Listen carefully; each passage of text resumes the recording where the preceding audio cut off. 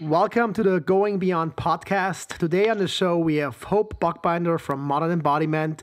Hope is a holistic healthcare practitioner, instructor of massage and yoga, surfer, snowboarder, and world traveler. So welcome, Hope. Thanks for joining. How are you today? I'm good. How are you? I'm doing fantastic. Thanks for taking the time to doing this interview. I've been meaning and wanting to interview for you for a long time because you have a lot of knowledge I think that our listeners are interested about. And now we finally found the time to do that. And before we get started, maybe tell us a little bit about yourself. I know you have a lot of background, 20 years of bodywork, yoga, movement, sports, traveling. So there's a lot of things we probably could fill 2 hours with all of that. But tell us a little bit about your background, your ancient healing modalities, and where you come from. Okay. About the only thing you didn't mention was part of the reason that I got interested in this journey is because I'm coming from a lot of my own injury and chronic illness. So my interest was self-motivated to get well. That's great. It just becomes, the 20, 30, 40, 50, 80 lifetimes journey of, discovering from my own obstacles, what I can do to help myself, and also what I can do to help other people who have similar problems or different problems. So, I'm very active and I'm very interested in being more active, but I've definitely had some sports injuries, but just had some, basic life challenges as everybody does. So I'm always looking to learn more and feel better and be able to get more out of my own life. Great. So, the topic for today is basically embodiment. The name of your company is Modern Embodiment. Mm-hmm. And I think that's a very intricate or very interesting topic because so much of us are in our heads these days, right? So we think a lot, we put our faces in our devices and we consume, according to the latest studies, about 150,000 words or 70 gigabyte of data each day. So maybe at one point in our lifetime, our heads will grow. But so why I also thought it would be very interesting to interview is because talking about this topic of embodiment, and you mentioned your own injuries and your own path, how important that is. So what is your take these days of people being so overconsumptive of information and living in their heads? Yeah, well, most of that, I get from listening to you, and I know that compared to average people, I'm actually less inundated with constant information and constant distraction, but I'm still a modern person and grew up planted in front of a television that wasn't really useful information. So, maybe it's a bit better now that for some people what they're consuming is actually useful information.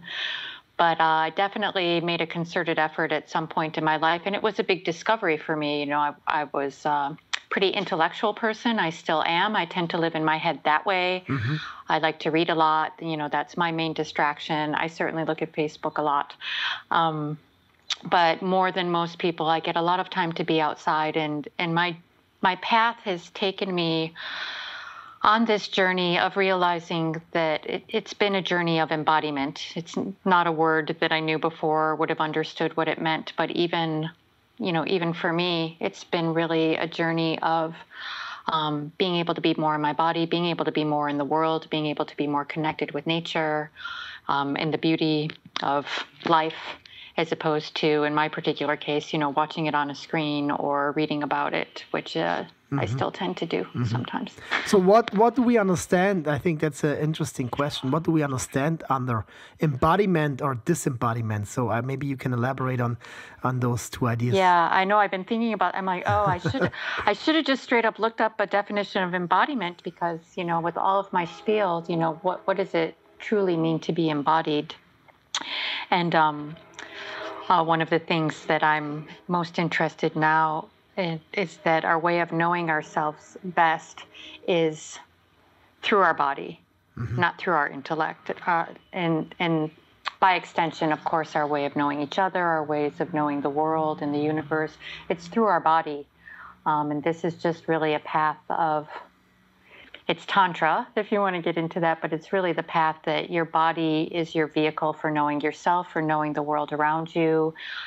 It holds the whole journey. It holds all the wisdom. It holds all of your experience. And so, to become truly embodied is to attend to your body so fully that you discover the full profundity of who you really are. That sounds very promising. Yeah. Yeah, it's a big promise. So how does someone that actually, everyone is talking about mindfulness these days, and people start meditating and they go to their yoga class and they do the asanas and then the shavasana at the end and whatnot, and they lay down and learn to meditate, or you go to any mindfulness-based stress reduction course, you learn to focus on your breath, and even things that I'm doing is like helping people to develop a meditation practice. But these days, I think there's also this question, and I think that's why this interview is so interesting, that maybe the meditation is also in your head. So how does someone actually start embodying themselves? How do they start to connect with their body? So what is your, as a practitioner and lifelong learner of this and teacher of that, what is your recommendation or your approach if you help people to learn to become embodied? So all of these things, the way that so mindfulness, the breath, different forms of activity, different forms of body work, they're all starting to build a bridge between our intellect, or, it's a little easy for me to talk about it kind of as it's our conscious mind, it's our conceptual mind, it's our intellect, there's different words for it, but, it's our thinking mind.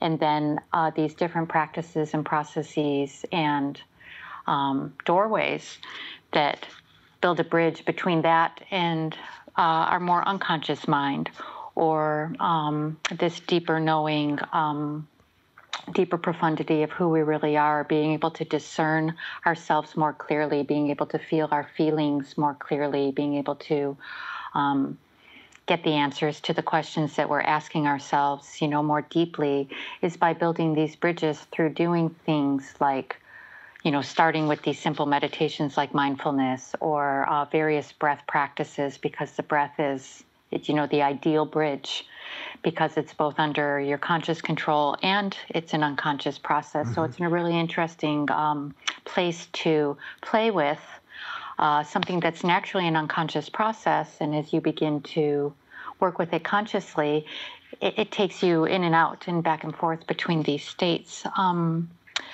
When we're talking about things like mindfulness, there's different forms of body work that go very deeply into the body, and also trying to attend to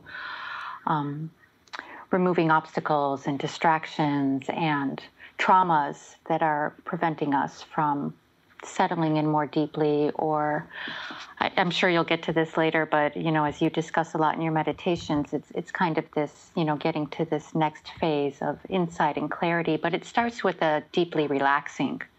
And when you talk about these distractions of the modern world, the first thing that happens when we make a little bit of distance from these distractions is that both mind, body, spirit, psychically, psychologically, emotionally, and physically, we can start to relax.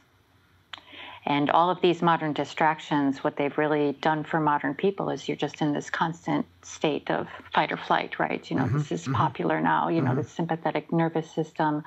You're constantly doing, and it's very difficult to relax. That's right. So first we relax, and then we focus, and then we can, go to this level of trying to have, some deeper insights or clarity. And at every step of the way, every tool has further doors that you can open, or, a deeper path that you can go down, or a rabbit hole. A rabbit hole, huh? Well, so I like the topic. I like the idea of actually building the bridge, because sometimes, as we said, meditation can be also very much in your head. So building the bridge and feeling your body is something that some people might be even afraid of doing, right? Exactly. So is it like, do you lay on the floor and you breathe and you feel your toes, or you do a body scan, what many people know these days? That's the most basic, and kind of the first thing you would explore is, it's laying down. So putting yourself in a posture of receptivity and relaxation and sensitivity and no agenda. And then, just even starting to pay attention to your own body. It can be shocking, even for those of us who do quite a lot of this stuff, to discover how numb you really can be, or which parts of you you're completely cut off from. And as you go through that journey and that process, of course, you're increasing your awareness just by, playing this game with yourself of trying to pay more attention to your actual physical body. You're increasing your sensitivity, and then things start to reveal themselves, either things that aren't talking to you or things that are talking way too loud, which I have a lot of that in my case, things that are screaming and clamoring for attention. And most of these schools of thought believe, we stuff these things, with the busyness of our lives, and they're going to keep clamoring for your attention in more and more painful ways, possibly, until you do attend to them. So how does then someone, I want to go a little bit deeper. So let's say you do that body scan, or you lay down and you do a breathing meditation and you start feel your body parts or different areas of your body. And then something can be released, right? You can basically feel something unpleasant. So I suppose it's not only a pleasant journey, because most of us think that meditation is only like creating a better state of mind, which I think is not really true. Maybe it can leave. At one point, it should leave you that way. That's the goal. But that means you actually have to open yourself up and allow yourself to experience maybe also the more unpleasant things. Exactly. And, one of my main teachers, especially on this particular path of meditating with the body, Reggie Ray, says that tension in the body is the greatest single obstacle to the spiritual path. Wow. And by extension, every experience is stored as tension in the body. So psychological experiences can be stored as tension in the body, emotional experiences, intellectual experiences, straight up just physical experiences, which is, a little bit more what people are aware of that if you're in an accident or you have an injury, you get scars, you have this tension in your body. I still don't think people really quite get that most of your physical experiences can be stored as tension somewhere in your body, and you can unwrap that and you can transform it. And it can be transformed in a pleasant way. It can be unpleasant, of course, sometimes to have these things come more fully into your attention. It's interesting when you talk about meditation and, people really want to have this experience of, peace and bliss and relaxation. And it's been my experience, and it's the same thing with the body, that when you first start truly paying attention to your thoughts or your body, it seems like there's billions of them. There's tons of them. Everything's screaming at you. Everything's clamoring for your attention. That was my experience. I was like, well, there's all these voices screaming in my head, And it's my understanding that that's just sort of, it's not that there's more of anything going on. It's that you're finally noticing. So that first step can actually be more unpleasant than one would imagine, that you're going to just lay down or sit down and have this peaceful experience. If you've got a lot going on in your mind and in your body, as most of us do, then there's a lot to wade through. So how does then someone go from, I think the first step is already a big one, and I think noticing is already 50% of the change, right? But so how does someone go from allowing themselves to notice something to actually releasing it?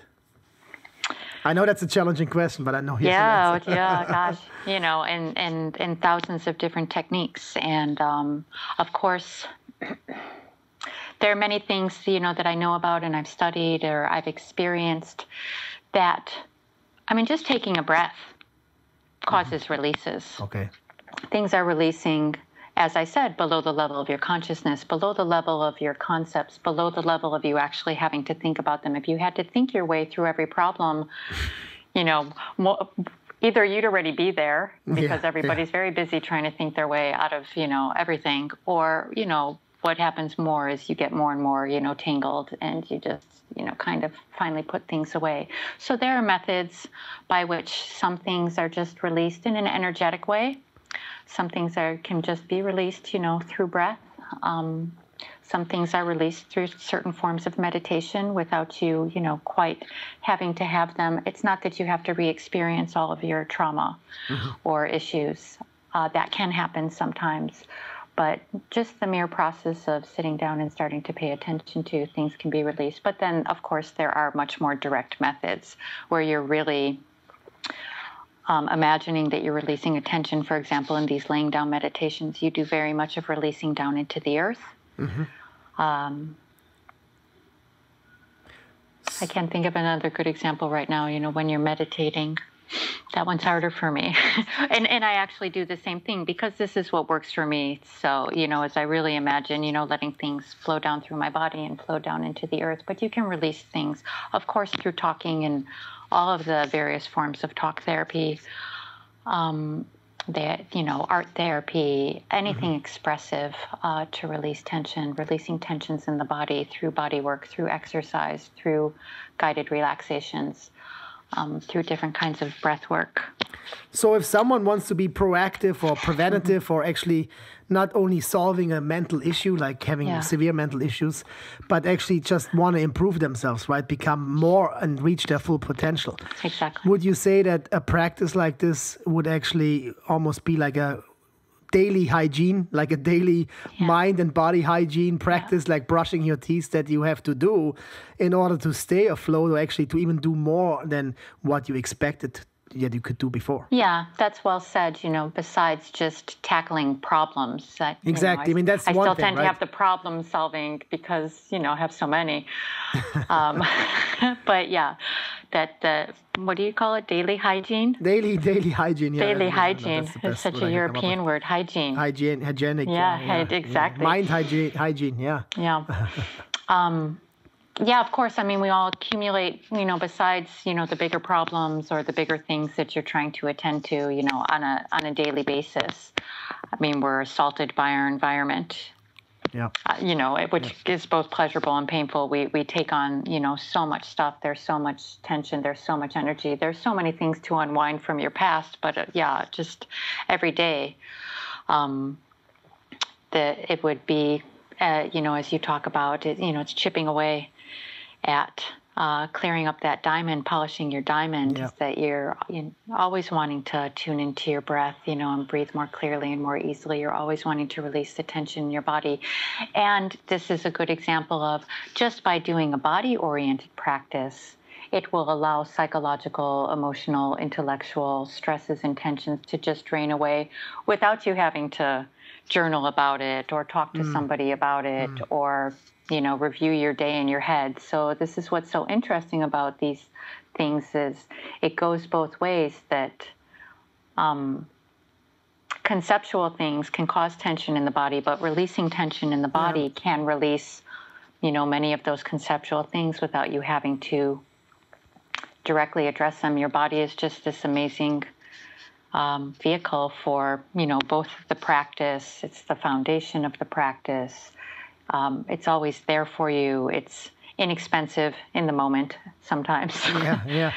It just holds all the wisdom that you need. That I just can't imagine any time that sitting down and focusing on your breath or tapping into the sensations of your body is always a grounding experience, and it can always be a transformative experience. It's so funny. It seems to be so simple, but it almost seems to be that all this capacity of ourselves, or like the action of doing it, has gotten lost, So because people maybe they seek refuge or exactly that release when drinking alcohol or taking drugs or doing some kind of an extreme sport or involving in some kind of dangerous behavior.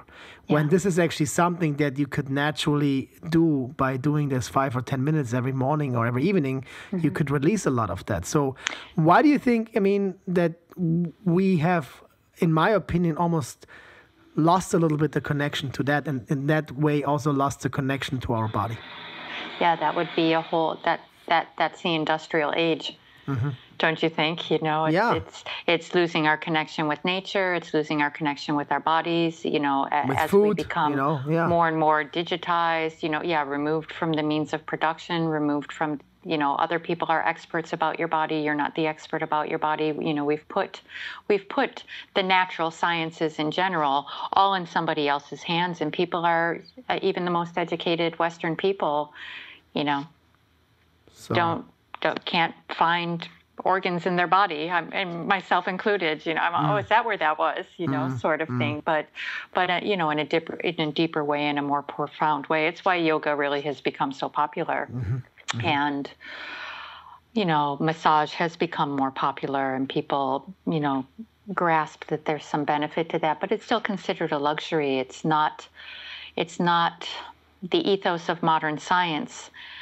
Preventative medicine. it's funny because kids are taught to program in the school now, like programming and all of that. Like they become computer wizards and are super smart in terms of using the computer. Yeah. But actually, when you look at the whole curriculum, I don't know if there's many schools. I know there's some projects where they teach kids meditation, but maybe something like that would be also useful to be taught in schools. Yeah, it's amazing. And of course, in California, in our fishbowl, especially in Encinitas, there is yoga in the schools. And there was a big fight about it. There's really? a lot of misunderstanding about what these things are and what these things can be. And, the difference between spirituality and religion, and teaching people self-care tools that are, my teacher, Reggie Ray, he's studied a lot with shamans. And he said, to them, we're crazy. We're absolutely crazy, in that, a 4-year-old Aboriginal child knows more about how the world really works and how to. It's fascinating, when he talks about this stuff. But we're like deaf and mute and blind and stupid to a 4-year-old Aboriginal child. He knows what to eat and how to get around and where to go, and it never gets lost, and the earth speaks to him and his body speaks to him, and this is really a natural wisdom that we're so far away from. It's mind-boggling. It's mind-boggling. Would you say that, it sounds like that we have to actually work harder to maintain the connection to our body? We do have to. Well, most people's lives, not mine, but most of those other regular average people are completely cut off from themselves, from each other, and it's only getting worse. So, of course, technology is a double-edged sword, but it's only getting worse that people are actually going more and more into their heads, more and more isolated. This is a basic human need to touch and be touched. Your brain grows from your skin being stroked. There's so many of these things, that we learn in massage school about babies who failed to thrive, because they weren't being held. We have to go do a double-blind scientific study to prove that. But that's fine, because if science is telling us something is real, then it's real. But we really don't know these things. That this is what makes your brain grow, is being touched.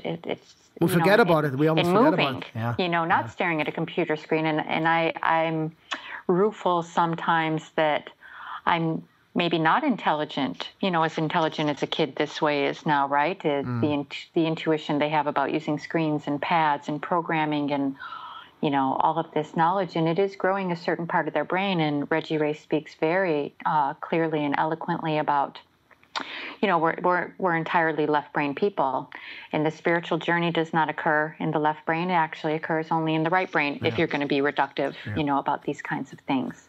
And so the methods that we're talking about are these things that turn your right brain on, that we have completely over-exercised, this left side logical, rational thinking part of our brain. And it's very, very useful for the things that we need it for, but it's completely... these are the people we think are geniuses and give prizes to, is, all of this left brain intelligence. And it's one-sided. And there's all of these other things that we're really just learning how to exercise. Again, you need to, it's a muscle and nerves and connections, and you need to exercise it to learn how to use it again. So what does that leave us with a picture for the future? Are we lost, or are we becoming different people? I think that's, right.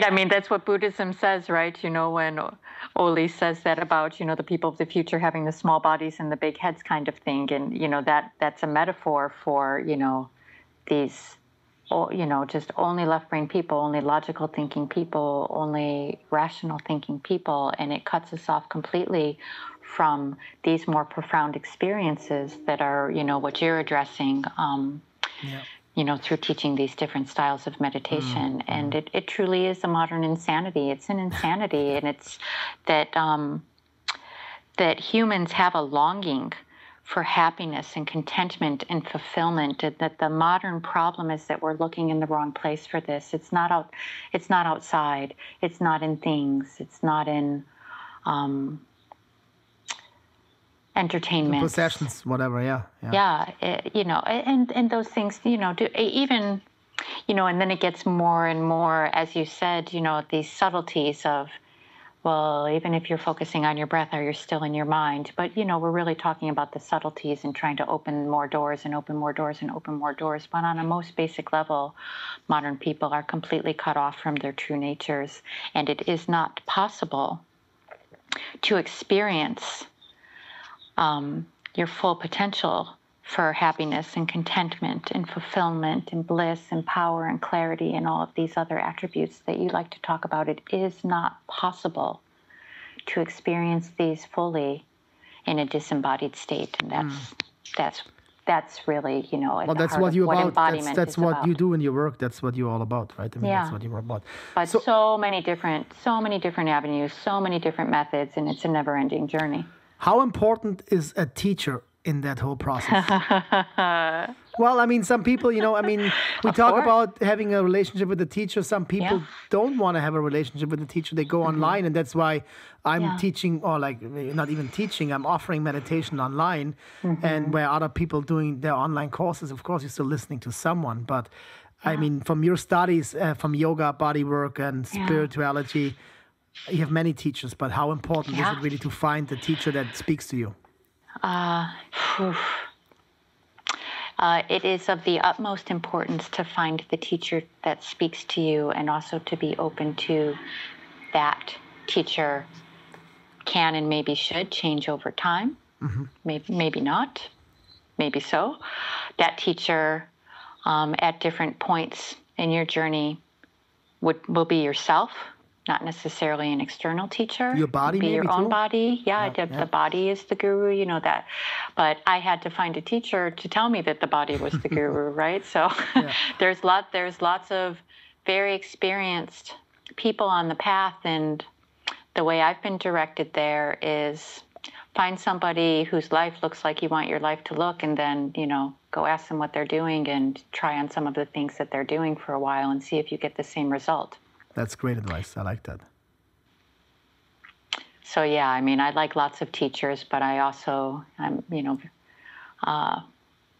very promiscuous. And it's really a big teaching for me, this idea that the teacher is within. And there's a hazard on both ends of that, only doing what someone else tells you to do. You always have to check your sources. And of course, there's the hazard of, what kind of junk you might be telling yourself to do. So I think it's just one needs to have a very critical mind, still a very discerning mind. The bottom line is always your own experience. This is what my teachers teach, and my ability to even understand what that means has been unfolding. To trust your own experience, trust your own experience, trust your own experience. But sometimes my habits and my obstacles and my experiences are telling me what I want to hear, perhaps, rather than what I need to hear. And so for me, it's a constant game of checking outside, checking inside, checking outside, checking inside. Well, it's probably also the path of becoming really true to who you are, or to become really truly authentic. Exactly, and as you continue on your own path and on your own journey, you become more and more capable and aware and sensitive of being able to hear your own truth. Being able to tap into, what's really going on inside and outside. So, Hope, from all the ancient modalities, as you like to call it, that you've studied over the period of your life, which one do you feel like sticks out the most, or which one do you like people to look into the most? Oh, wow. What's your favorite? I kind of do the 10 years, on each thing. The decade of, massage and body work, the decade of yoga, the decade of Buddhism, and those are the ones that I know the most about. I think what stands out the most is everything that I keep coming back to is about embodiment. Mm-hmm. So, if you would ask me 2 years ago, it would have been yoga, yoga, yoga. But it's understanding the basic underlying truth of practices that are similar, like Qigong and Tai Chi and, different forms of yoga, different forms of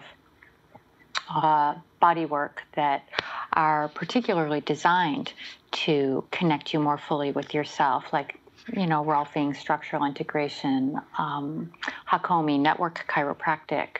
It's different forms of Buddhism, and Buddhism is a huge vessel, but, what particularly draws my interest is what falls under the rubric of Tantra, but that's saying that it's a body-based knowing, it's a body-based practice. So, I'm a really big, proponent of have the biggest toolbox that you can and throw every tool that you have at the problem. Okay. And what what Reggie Ray also said was, but don't just try something on for a week, and then be like, oh, that's not really working for me. He did a little of give a practice a year, give a practice 3 years, really try something on, give it everything you've got. And if you're not having really a transformational, fundamental change, or that you're looking for, then that one's not fitting you just right now, and try something else. And it doesn't mean you can't come back. So that's been my experience, yeah. That means you have to not like just shop around and try this for a short time and then that. So you have to stick with it basically for a while. For a little, and you can be the judge of that, but really knowing that you've given something your all, and everybody's telling you it's the best thing ever, and we know how the trends go, and these things are great, and I like to actually specialize in really getting to know someone well enough to know I've tried on a lot of these hats, and being able to say like, oh, I see this is your temperament now, you really like to move. I'm not going to give you something that's about just sitting. You really like to think about stuff. I'm going to give you some stuff to study, or something that's, got a very rich visualization that you can keep your mind busy with, or you really, like to, just be still. I'm going to give you something very simple and basic to do. I think we all need to, try more than one thing, and if you're lucky enough that you can find one thing that's the whole answer for you, I'm jealous, but it happens and it's true, and really stay the course, and really, tune into what your own results are, and constantly refine your own path, because nobody else can tell you what your path is. But there are some very tried and true paths that are worth giving a shot. Mm-hmm.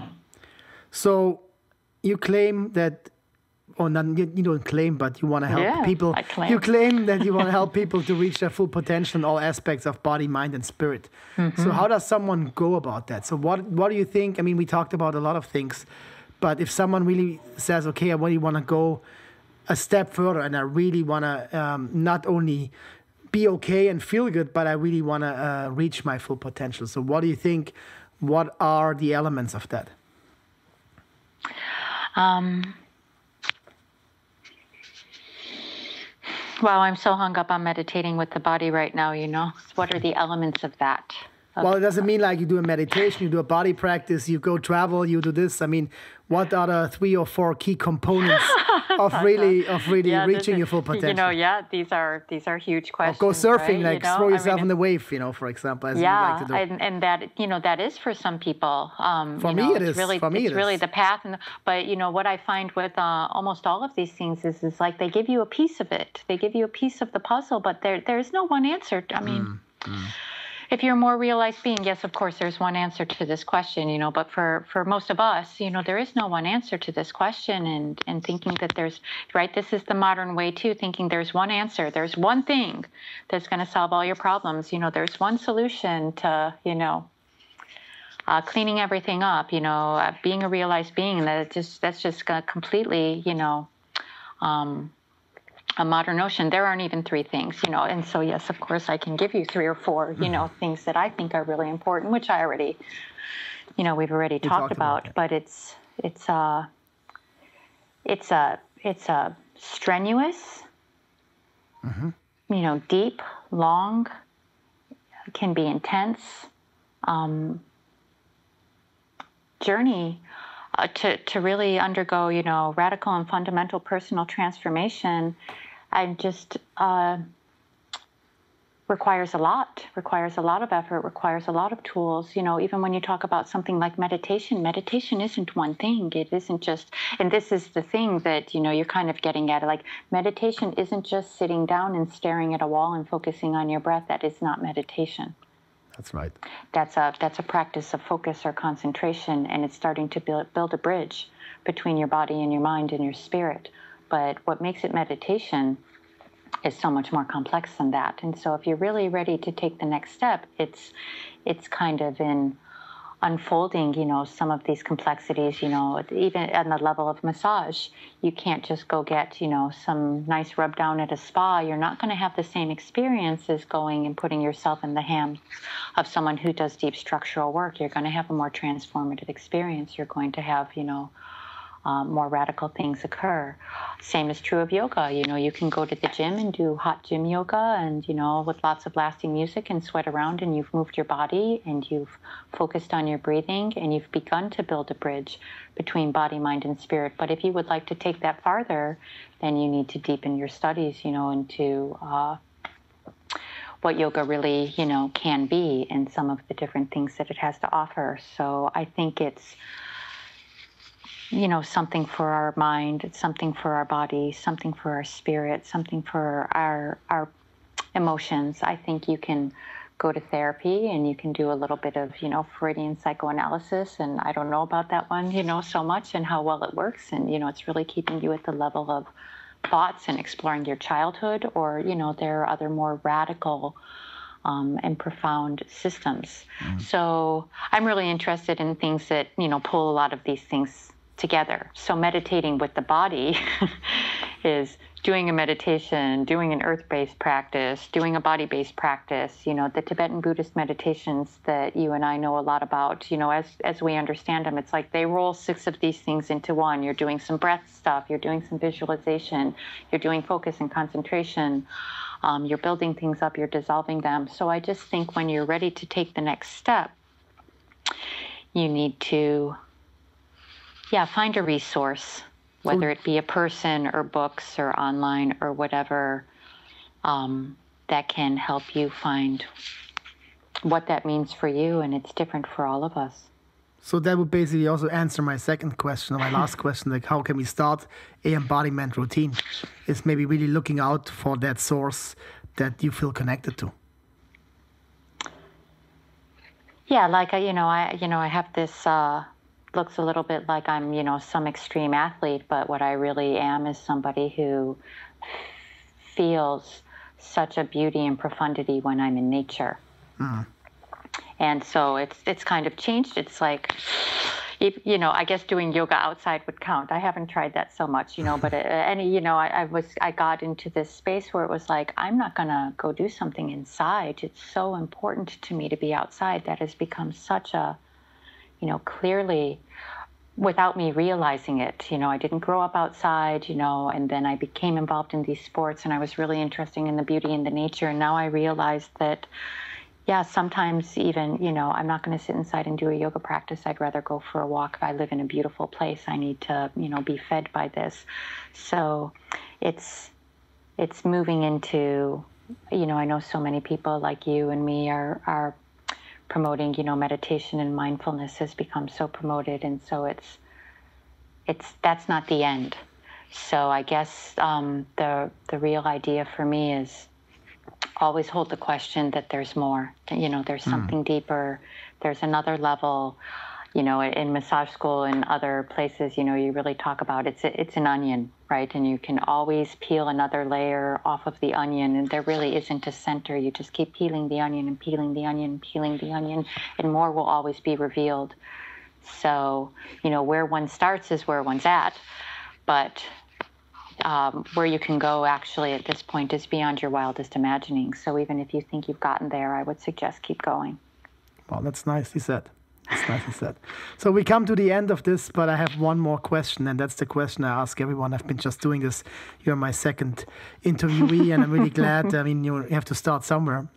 Last week, we had Peter Hirsch from Kettlebell Movement, and I thought it was a great interview. And the last question... Did he give you different answers than I did? Yeah, absolutely. Yeah. But also the mindfulness part is very important for him too, because it's not only about lifting the heavy bell with 60 or 80 pounds. It's actually really becoming conscious of your movement and training your nervous system, which is actually the bridge to also what you do in a different way. So it doesn't mean it does always have to be soft and peaceful. You can also have it like under heavy load, which we also experience sometimes in our life, the mental load that we experience. So we talked a lot about that. Yeah, it's all a training and a metaphor for real life. Exactly. And it's about bringing the things that you learn back into your everyday life and becoming a more, successful, useful, authentic, connected person. Exactly. So the last question then is basically, the title of my podcast and blog is called Going Beyond. And I'd love to ask you, how do you continuously go beyond? Or what do you do to go beyond? Now we've lost her. Yeah, I'm like, wow.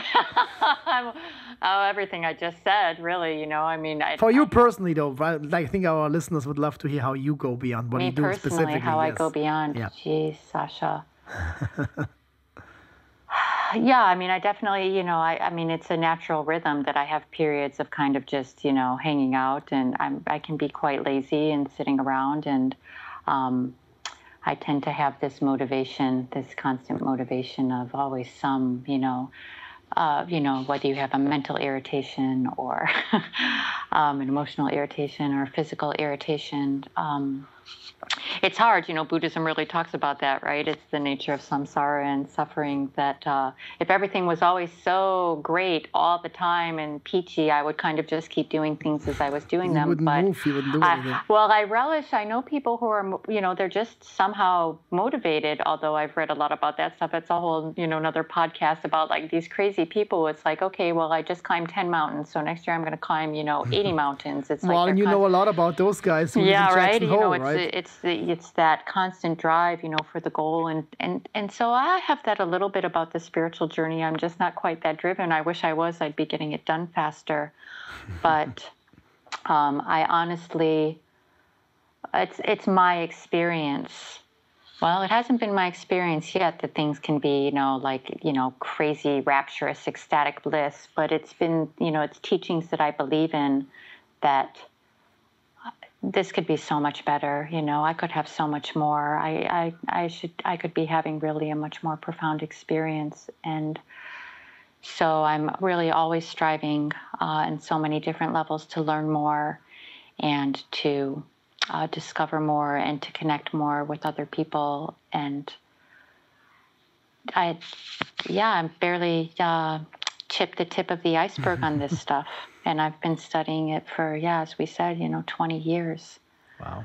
Well. So, but, you're a good example to me, and I'm a good example of somebody who, I really talk the talk, but it's about really having these experiences and not having the thoughts, not having the concepts, really having the experiences. And I know a lot about the methods, but for me, the trick is going to be a little bit better at practicing them more than I talk about them. Well, so we all have to do that, right? We have to be inspired by something. Well, that's very nice. So thanks so much for all that great information. And I think we explored a lot. We could keep going, but I think the attention span, the distraction span is like low. So I try to keep it at 30, 40 minutes. I think thank you. No, you're awesome. You and I could talk forever. We'll come back to that. We'll come back to that with another topic another time. Yeah, your questions are fantastic. I always enjoy talking to you about this stuff. It helps me really figure out what I'm trying to say. Yeah, and if it's some inspiration for some of us out there, then I think we've done our job. Thank you. All right, Hope. So have a great day. Thanks for coming on, and goodbye. Bye.